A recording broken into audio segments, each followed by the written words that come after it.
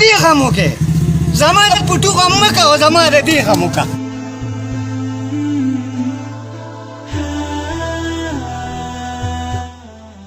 السلام علیکم جی بشیر خان یم ملګرو.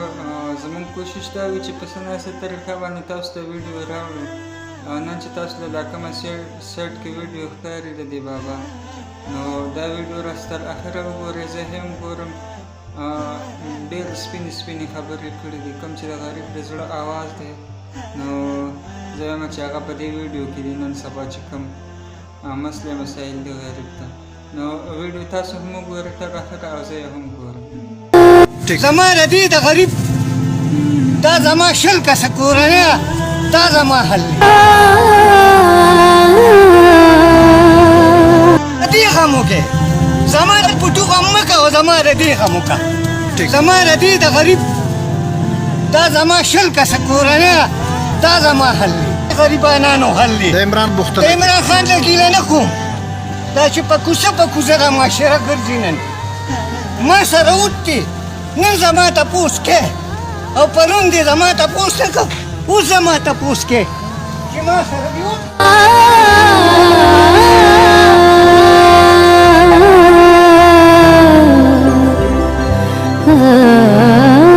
چې تاسو څنګه وکړه دا بابا په دې ویډیو کې وایي دغه لکه ګراني ده، دومره ګراني ده چې مخکې به خلکو وړه په بوجو باندې راوړه، اوس غریب ولس دی هغه په شاپرو کې وړه راوړي 2 کیلو داړی.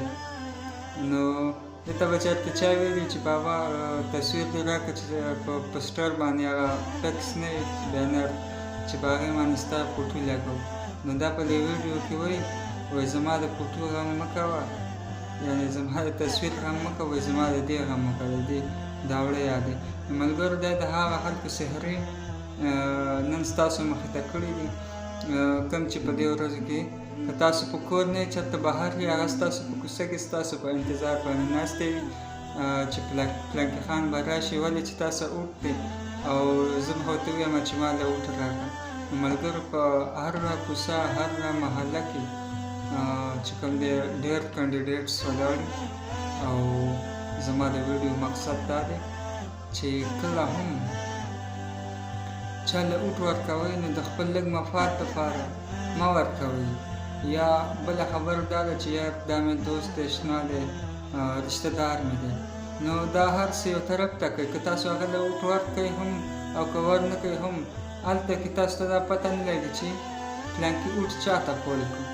نو مهرباني وکړئ، کوشش وکړئ د خپل غریب ولس لپاره او بلکې ټول موږ تاسو ټول غریبانان یو د کلو خلک چې دا کوشش وکړئ چې د لږ لالچ دپاره د دې ورځ کې به تاسو هر یو سړی په ښه خوله باندې خبرې کوي، ګړېږي به په کوڅه کې به مرغړي، خو خپل ځان وپېژنئ.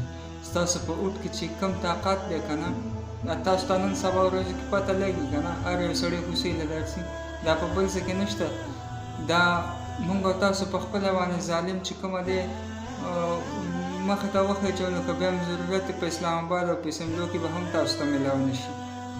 د هغه د میلاوېدو لپاره به هم تاسو سفارشونه ګورئ، بیا به هم تاسو ته نه میلاوېږي.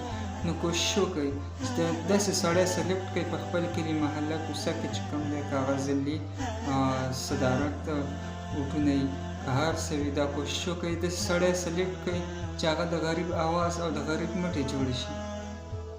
ملګرو تاسو چېرته نوي یئ زموږ په چینل باندې چینل هم سبسکرایب کړئ او بشیر خان آفیشل پیج هم درسره سبسکرایب کړئ تر نورو ویډیوګانو لپاره.